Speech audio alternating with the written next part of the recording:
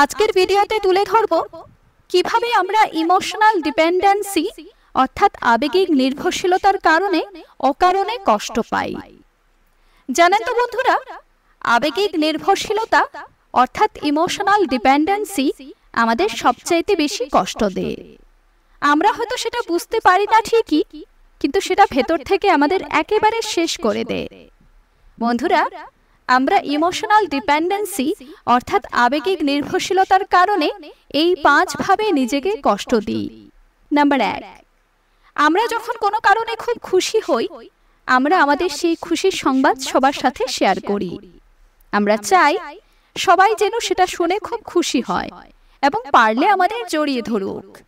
কিন্তু আমরা এটা বুঝতে চাই না যে সবাই আমাদের ভালো চায় না। আর তাছাড়া অন্য খুশি হোক বা না হোক তাতে আমাদের কি? আমরা ভালো আছি, আমরা খুশি আছি, এটা কি যথেষ্ট নয়? কিন্তু আমরা প্রতিনিয়ত অন্যের প্রতিক্রিয়ার উপর নির্ভরশীল হয়ে থাকি এবং যার কারণে কষ্ট পাই।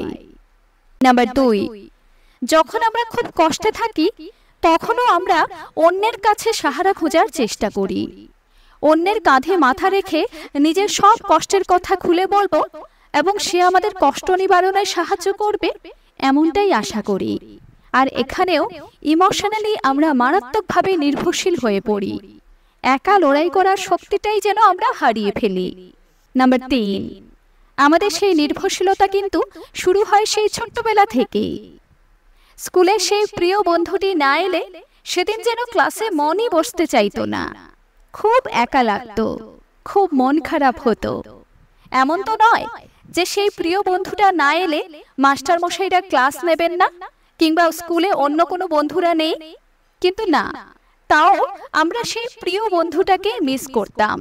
অর্থাৎ আমরা তখন থেকেই ইমোশনালি ডিপেন্ডেন্ট হতে শুরু করি। নাম্বার 4, স্কুল কলেজের গণ্ডি পের করে যখন আমরা চাকরি জীবনে প্রবেশ করি, সেখানেও আমরা কারো না কারোর উপর ইমোশনালি অর্থাৎ আবেগিকভাবে নির্ভরশীল হয়ে পড়ি।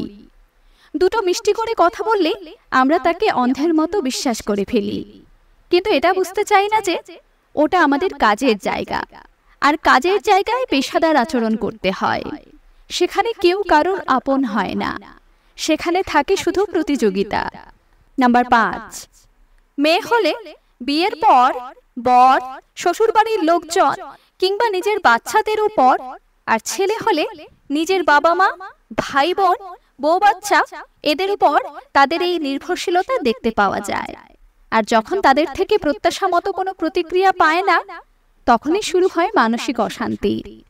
তাই আমার সকল বন্ধুদের কাছে এটাই অনুরোধ, ভুলেও কখনো ইমোশনালি অর্থাৎ আবেগিকভাবে কারোর উপর নির্ভরশীল বা ডিপেন্ডেন্ট হতে যাবেন না। নিজেকে নিজে সামলাতে শিখুন, নিজেকে নিজে ভালো রাখতে শিখুন।